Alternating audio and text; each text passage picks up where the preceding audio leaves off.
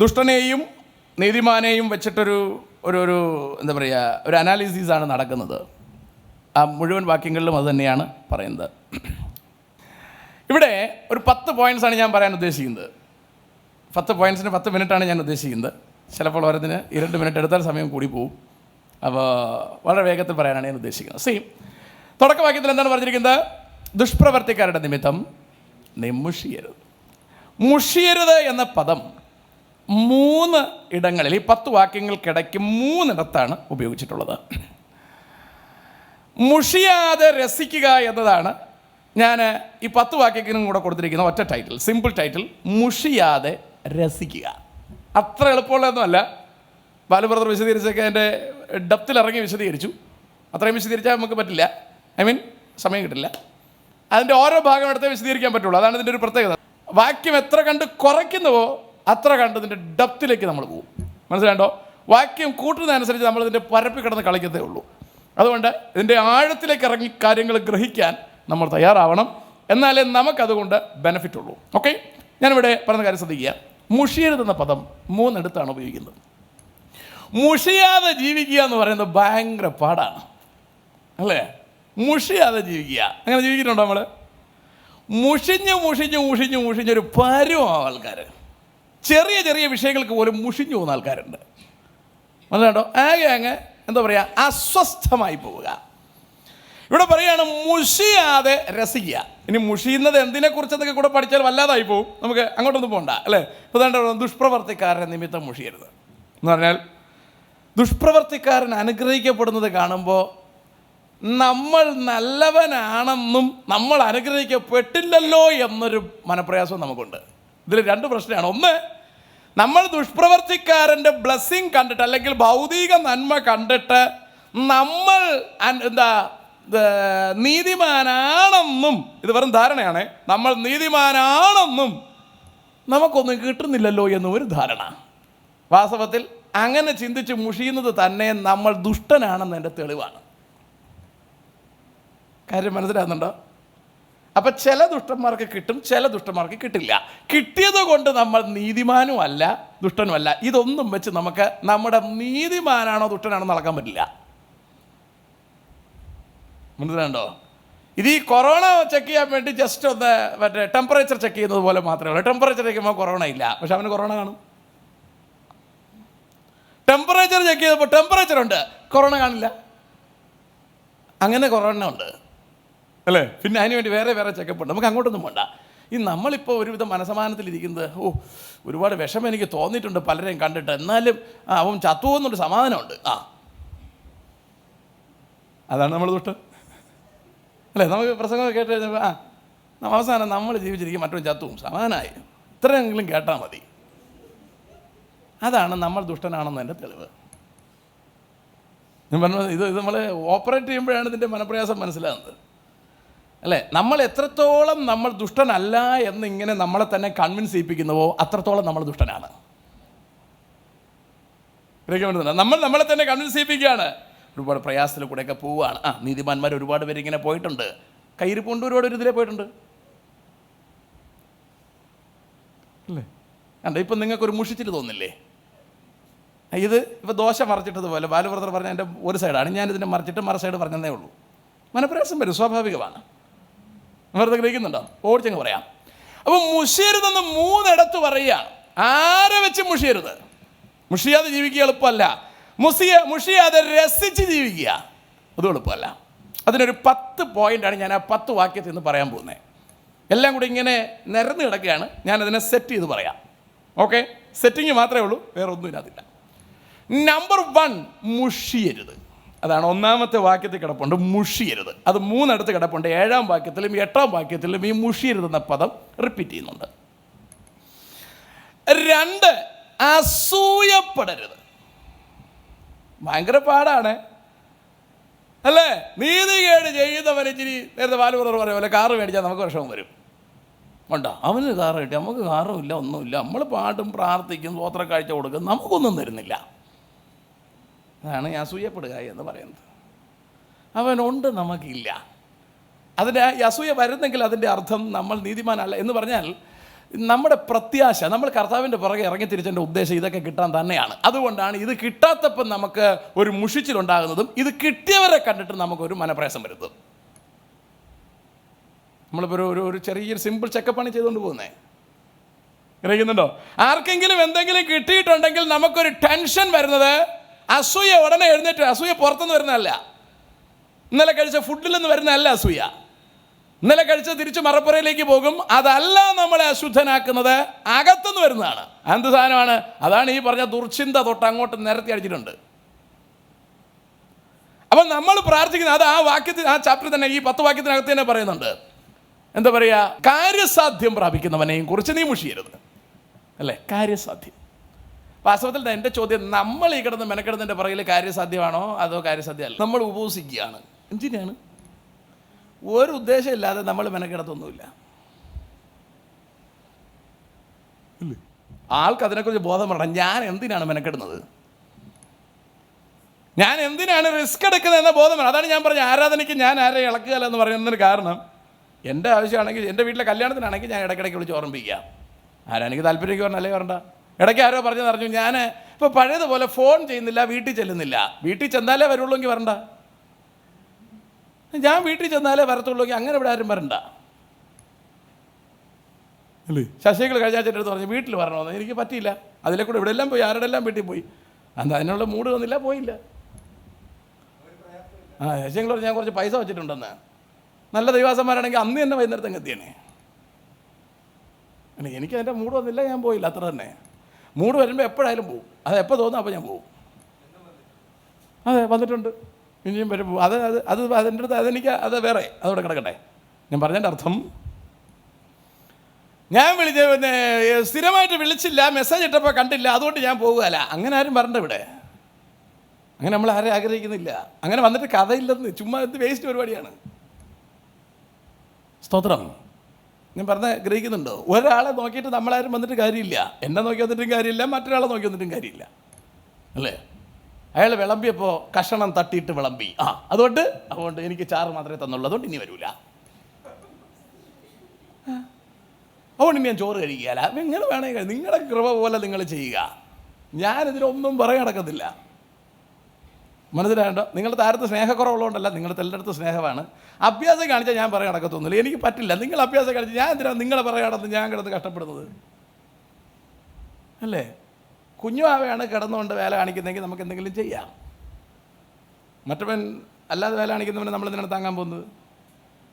മനസ്സിലായി കാണുമെന്ന് പ്രതീക്ഷിക്കുന്നു. സ്തോത്രം. ഇത്രയൊക്കെ തൽക്കാലം മനസ്സിലായാൽ മതി, ബാക്കി വഴിയേ മനസ്സിലാവും. നമുക്ക് തിരിച്ചു വരാം. നമ്പർ 1, മുഷിയരുത്. നമ്പർ 2, അസൂയപ്പെടരുത്. നമ്പർ 3, 8-ാം വാക്യം പെട്ടെന്ന് വായിക്കും. കോപം കളഞ്ഞ് ക്രോധം ഉപേക്ഷിക്കുക. ഒന്ന് കളയുക. ബാക്കി നിങ്ങൾ വീട്ടിൽ പോയി ചെയ്തുകൊണ്ടാൽ മതി, എന്ന് പറഞ്ഞാൽ ഞാൻ ആഡ് ചെയ്തുകൊണ്ടാൽ മതി. ഒന്ന് കളയുക. അപ്പോൾ 1, മുഷിയരുത്, ഒരു വിഷയത്തിലും മുഷിയരുത്. 2, അസൂയപ്പെടരുത്. എൻ്റെ ബാക്ക്ഗ്രൗണ്ടൊക്കെ കുറേ ഭാഗം പ്രസംഗിച്ചിട്ടിരിക്കുന്നതുകൊണ്ടാണ് ഞാൻ അതൊന്നും തൊടാത്തത്. അതാണ് എൻ്റെ ഡീറ്റെയിൽ എക്സ്പ്ലനേഷൻ. അവിടെ നിന്ന് എനിക്ക് തൊടണ്ട. സ്തോത്രം. നമ്പർ 3, കളയണം. അപ്പോൾ ആ ലിസ്റ്റ് അനുസരിച്ചാണ് വരുന്നത്. 1, മുഷിച്ചിൽ വേണ്ട. 2, അസൂയ വേണ്ട. 3, കളയണം. കളയുക വലിയ പാടാണ്. എന്തോ കളയാനുണ്ട് നമ്മളിലൊന്നും കളയാനില്ല, ഒരു സാധനം കളയാനില്ല. പക്ഷെ അലമാരയിൽ സ്ഥലമില്ല, അലമാരയിൽ സ്ഥലമില്ല. കളയാനൊന്നുമില്ല, ഇനി വാങ്ങാനേ ഉള്ളൂ. ഉടുക്കാൻ തുണിയില്ല, കളയാനും തുണിയില്ല, വെക്കാൻ സ്ഥലവുമില്ല. ഇതെന്താണ് ന്യായം?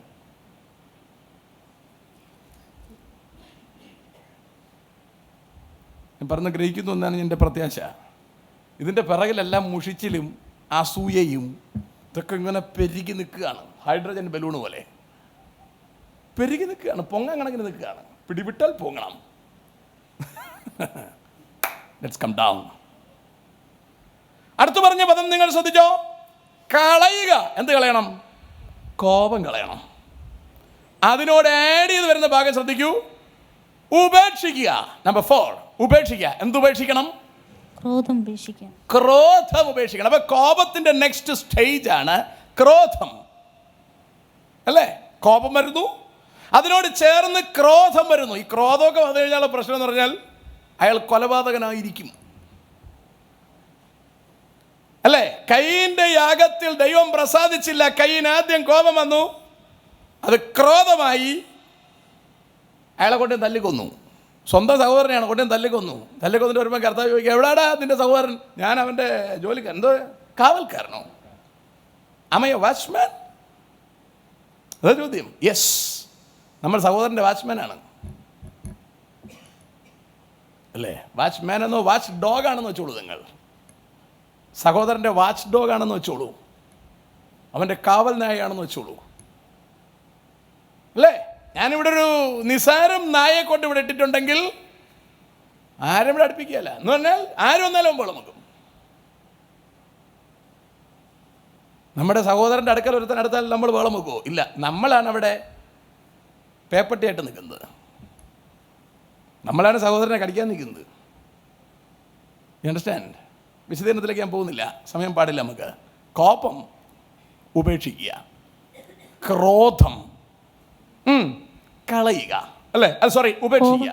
കോപത്തെ കളയുക, ക്രോധത്തെ ഉപേക്ഷിക്കുക. ഓരോ നമ്പറായിട്ട് കിട്ടുന്നുണ്ടല്ലോ, 4. ഇനി 5 അല്ലേ? 5 3-ാം വാക്യം.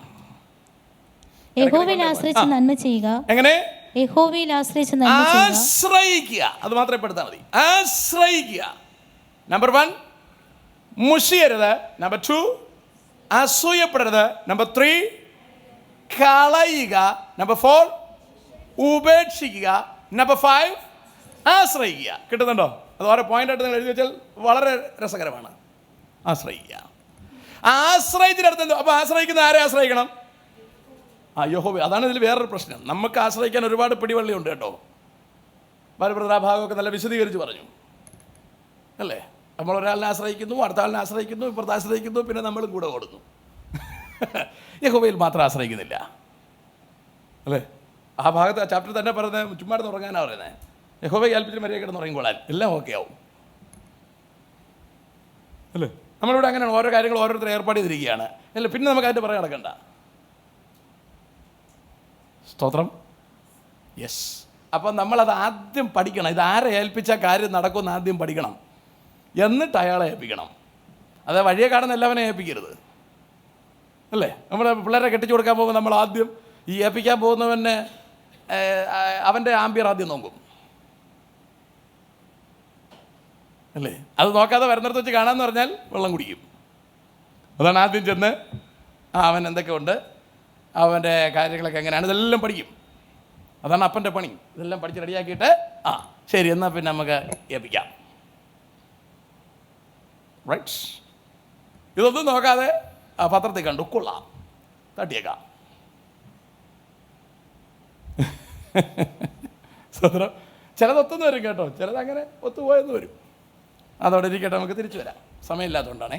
5 ഇനി 6-ാമത്തെ 5-ാം വാക്യം. നിന്റെ വഴി യഹോവയെ പരമേൽപ്പിക്കുക. അപ്പൊ ദൈവത്തിൽ ആശ്രയിച്ചിട്ട് ഇതങ്ങ് പരമേൽപ്പിക്കുക. കണ്ടോ? ഏർപ്പാടി അങ്ങ് ഏൽപ്പിക്കുക, കാര്യം അങ്ങ് വിട്ടുകൊടുക്കുക. പിന്നെ എൻ്റെ കയർ നമ്മൾ വെച്ചിരിക്കരുത്, എൻ്റെ പിറകെ പിടിച്ചുകൊണ്ട് ഓടരുത്.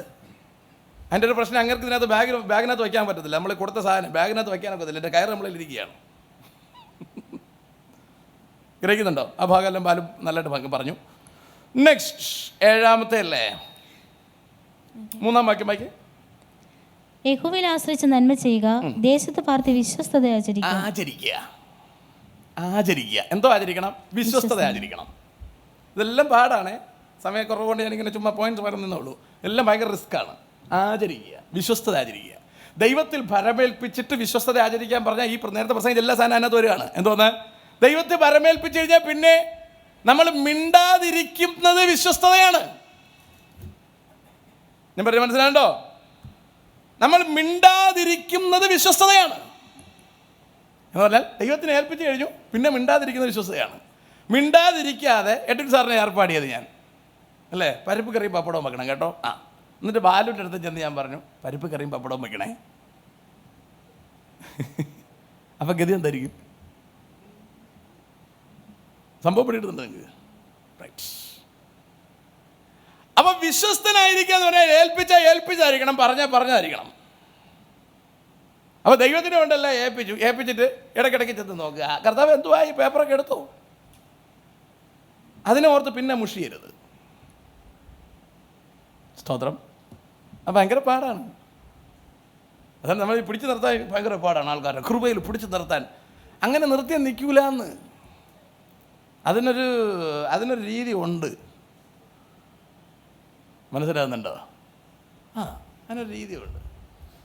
ഞാനിവിടെ ഒരു പൂച്ച വളർത്താൻ വേണ്ടി എന്താ കൂട് കെട്ട് വേലി കെട്ട് ചുമ്മാ നാടൻ നല്ല പൂച്ച വാങ്ങിച്ചിട്ടിരുന്നാൽ അതെങ്ങ് പോകുന്നില്ല. അത് ഇങ്ങനെ കറങ്ങി നിൽക്കും. അതിന് കൂടും വേണ്ട, വാല്യൂം വേണ്ട, അപ്പിടാൻ പാത്രവും വെച്ച് കൊടുക്കേണ്ട, ഒന്നും ചെയ്യണ്ട. എവിടെയെങ്കിലും പോയി അപ്പിട്ട് ക്ലിയർ ആയിട്ട് വരും. അല്ലേ? ടോണി എങ്കിലും രണ്ടു കിടപ്പുണ്ട്. അവരെല്ലാം വളരെ ക്ലിയറാണ്. ഞാൻ പറഞ്ഞ മനസ്സിലാക്കാൻ വരുന്നത് അതൊരു വലിയ കാര്യമാണ്. അപ്പോൾ നമ്മൾ ഈ പൂച്ചയെ വളർത്തുന്ന പോലെയാണ് ഈ ഓരത്തിനെ കൊണ്ടിട്ടിരിക്കുന്നത്. ഇതിനെ വളർത്താൻ പാട്, ഇതിനെ തിന്നാൻ കയ്യിൽ വെച്ച് കൊടുക്കണം, പാത്രം ഞാൻ കഴുകി വെച്ച് കൊടുക്കണം. നാട്ടിലെ ഏത് പൂച്ചയ്ക്കാണ് കഴുകി വെച്ച് കൊടുക്കേണ്ടത്? ഇവൻ അപ്പിടാൻ പാത്രം വെച്ച് കൊടുക്കണം, എന്നിട്ട് അത് ഞാൻ ക്ലീൻ ചെയ്യണം. ഇത് അപ്പുറത്തെ വീട്ടിലൊരു 8-10 പൂച്ച കിടപ്പുണ്ട്. ഇവിടെ കിടക്കുന്നതിനേക്കാളും ക്ലിയറാണ്. ഞാൻ പറഞ്ഞിട്ട് ഇത് മനസ്സിലാവുമെന്ന് പ്രതീക്ഷിക്കുന്നു. ഞാൻ ഈ പൂച്ചയുടെ കാര്യമല്ല ഇപ്പോൾ പറഞ്ഞുകൊണ്ടിരിക്കുന്നത്. അതുപോലത്തെ ഗതികെട്ട പൂച്ചകളെ നമ്മൾ ഇതിനകത്ത് വളർത്താൻ ഉദ്ദേശിക്കുന്നില്ല എന്നാണ് ഞാൻ ഈ പറഞ്ഞത്. പാത്രം വെച്ച് കൊടുക്കാത്തതുകൊണ്ട് മ്യാവ് മ്യാവ് അപ്പിടാതെ കറങ്ങി നടക്കുകയാണ്. വേണമെങ്കിൽ ഇപ്പോൾ ഇട്. ഗ്രഹിച്ച് കാണും, എല്ലാം മനസ്സിലായി കാണും. ഇത്ര ഇപ്പം മതി. നമുക്ക് തിരിച്ചു വരാം. ആശ്രയിക്കുക, ദെൻ ഭരമേൽപ്പിക്കുക. ഇപ്പം എത്ര പോയിൻ്റായി? 7 എണ്ണമായി. 8 എവിടെ? 3-ാം വാക്യം. യഹോവയിൽ ആശ്രയിച്ച് നന്മ ചെയ്യുക. നന്മ ചെയ്യുക. കർത്താവിനെ ഏൽപ്പിച്ചിട്ട് പിന്നെ നന്മ ചെയ്യാൻ തുടങ്ങണം. ഇത് ജീവിതത്തിൽ അവസാനം വരെ നന്മ ചെയ്യാതെ ജീവിക്കുന്ന ആൾക്കാരുണ്ട്. നന്മയൊക്കെ ചെയ്യണം കേട്ടോ. നന്മ എന്ന് പറഞ്ഞാൽ ഷെയറിങ്. നമ്മുടെ കയ്യിലിരിക്കുന്ന സാധനം കൊടുത്ത് പഠിക്കണം. നമ്മളെ അതൊരു ഷെയറിങ്ങാണ്. നമ്മൾ മാത്രം തിന്നാനിരിക്കരുത്. ചിലർക്ക് അങ്ങനെ അത് മൊത്തം നമ്മൾ ഈ ചില കല്യാണത്തിനൊക്കെ പോകുമ്പോൾ ഈ ചിലരുടെ വെപ്രാളം കാണുമ്പോൾ അറിയാം. അവരുടെ ഈ മേശയുടെ നടുക്ക് ഇങ്ങനെ എല്ലാം വച്ചിരിക്കുവേ. ഇവരിതെല്ലാം കൂടെ വാരി അവരുടെ പാത്രത്തിനകത്ത് വയ്ക്കും. ആ മേശയിൽ 8 പേർക്ക് ഇരിക്കാനുള്ളതാണ്. അതിൽ കണ്ട് എല്ലാവർക്കും ഇവർ ഇതിനകത്ത് വെച്ചുകൊണ്ട് ഇതിന് എവിടെ തുടങ്ങണമെന്നൊരു പിടിയില്ല, കൈയിടാൻ സ്ഥലമില്ല. മര്യാദയ്ക്ക് ഓരോ പീസായിട്ട് എടുത്ത് കഴിക്കാൻ നിങ്ങൾക്ക് വേണമെന്നുള്ള കഴിക്കാൻ, ബാക്കി അവിടെ കൊണ്ട് ഇട്ട് തരും.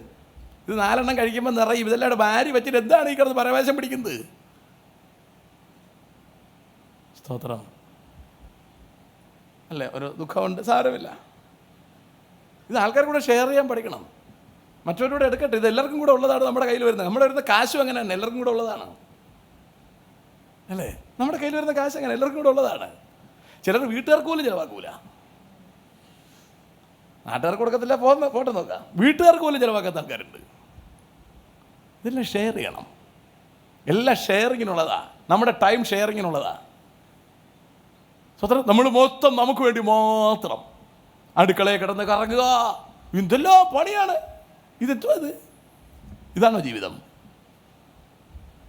മറ്റുള്ളവരുടെ ഷെയർ ചെയ്യുക. എന്തൊക്കെ ഷെയർ ചെയ്തെന്ന് നോക്കുക. അതാണ് കർത്താവ് പറഞ്ഞ മാമോനെ ദൈവത്തെ ഒരുമിച്ച് പറ്റുകയില്ലാന്ന് പറയുന്നതിന് കാര്യം എന്താ അറിയാവോ? മാമോനിൽ പിടിയുള്ളവന് ദൈവത്തിൻ്റെ പുറകെ നടക്കാൻ പറ്റത്തില്ല.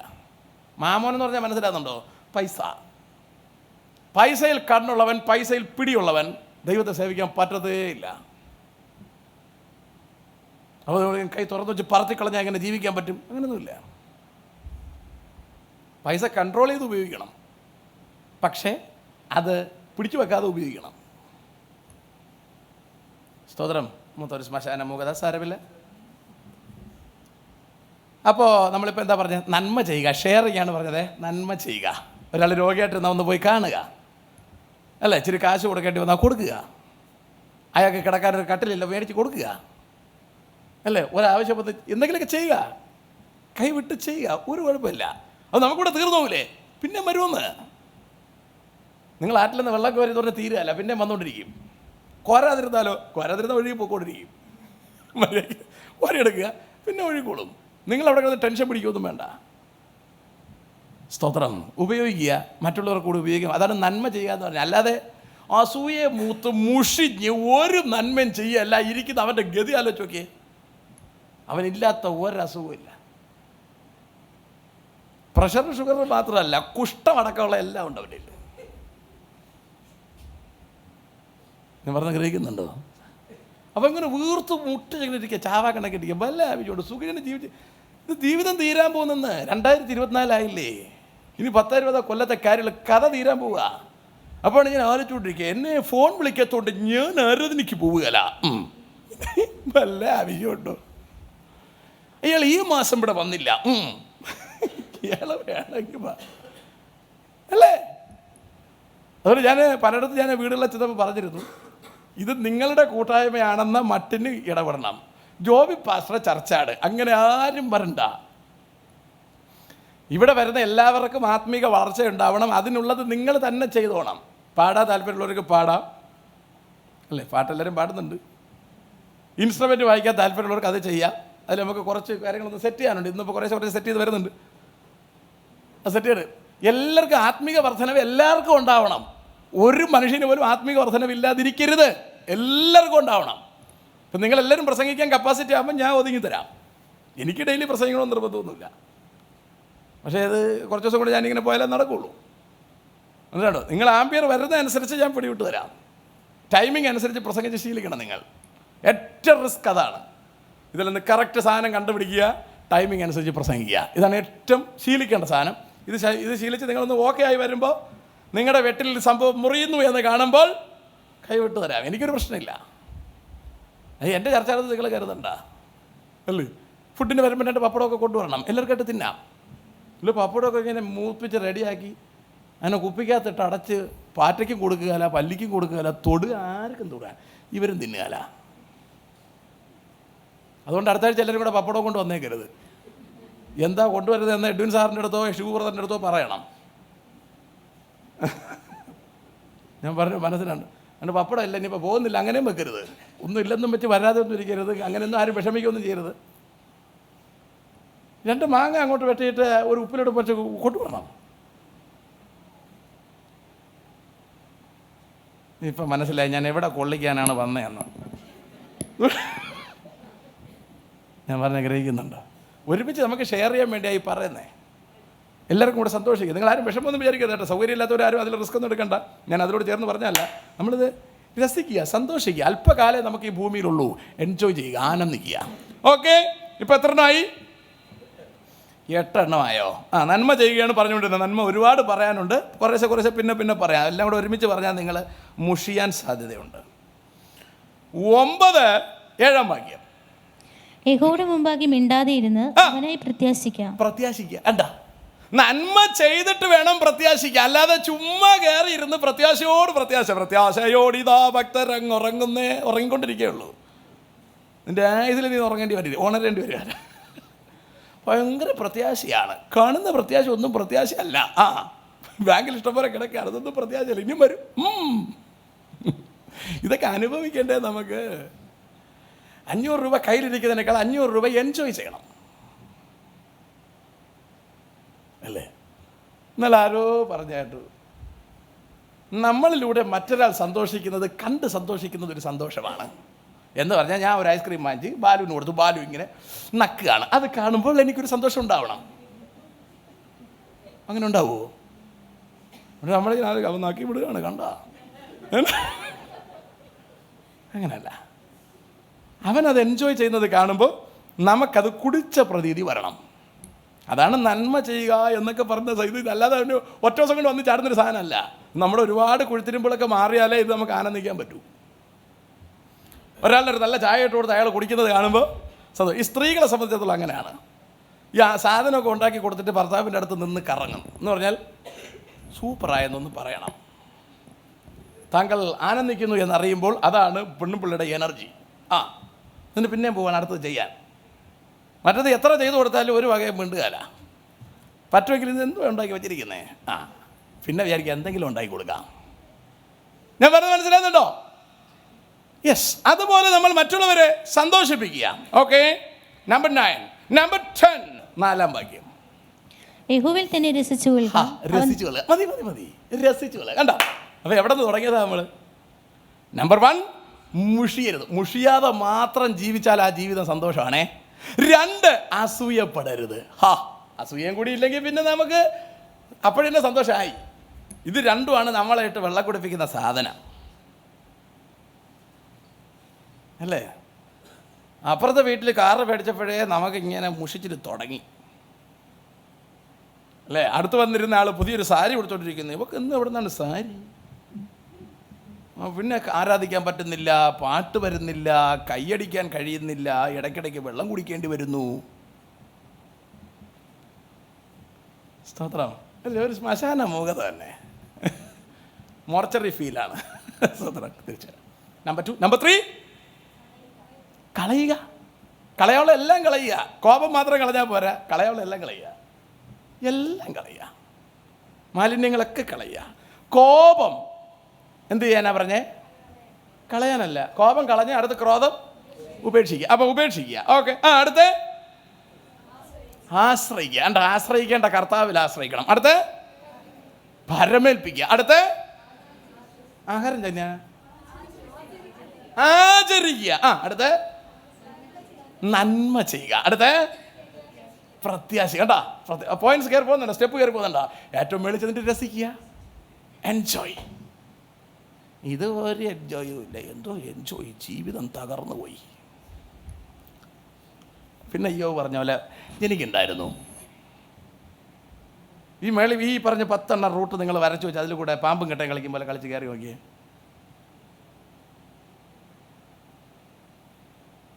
ഈ ഒരാഴ്ച നിങ്ങൾ അങ്ങനെ ട്രൈ ചെയ്ത് നോക്കൂ, ഭയങ്കര സന്തോഷമായിരിക്കും. ഈ ഒരാഴ്ച ട്രൈ ചെയ്യും കേട്ടോ. എന്തായാലും നമുക്ക് മെനക്കെട്ടു, ഈ ഒരാഴ്ച ട്രൈ ചെയ്യും. അല്ലാതെ നമ്മൾ സന്തോഷിക്കാൻ വേണ്ടിയിട്ട് വേറെ ഒരു നൂലാമാല കാണിച്ചിട്ടും കാര്യമില്ല. പുതിയ സാരി വാങ്ങിക്കുന്നു, സന്തോഷം വരില്ല അല്ലേ? കാരണം നമ്മളിത് വാങ്ങിച്ചു കൊടുത്തപ്പോൾ ഇതിനേക്കാളും കൊള്ളാന്നുള്ള വേറെ ആൾ എടുത്തുകൊണ്ട് പോകുന്നു. അയ്യോ, ഇതിൻ്റെ പൈസയും പോയി, എല്ലാം പോയി. അപ്പോൾ അതിൻ്റെ വിഷമം, അതിൻ്റെ അസൂയ. അപ്പോൾ അങ്ങനെ വിഷമം വരുന്ന ഘട്ടമുണ്ടായാൽ എന്ന് പറഞ്ഞാൽ ചിലപ്പോൾ നിങ്ങൾ ഏതൊരു സാരി വാങ്ങിച്ചു, അത് ഉടുത്തപ്പോൾ അത്ര പോരാ, അതിനേക്കാൾ കൊള്ളാന്നുള്ള വേറൊരാൾ ഉടുത്തപ്പോൾ നിങ്ങൾക്ക് അത് കണ്ടൊരു മനപ്രയാസം ഉണ്ടായെങ്കിൽ അതിനെ കവർ ചെയ്യാൻ പറ്റിയത് ഈ സാരി മറ്റൊരാളിന് ദാനം ചെയ്യുക. അല്ലാതെ ഇതിനെ അലമാരെ കുത്തി കയറ്റുന്നു, അടുത്തത് വാങ്ങിക്കുന്നു.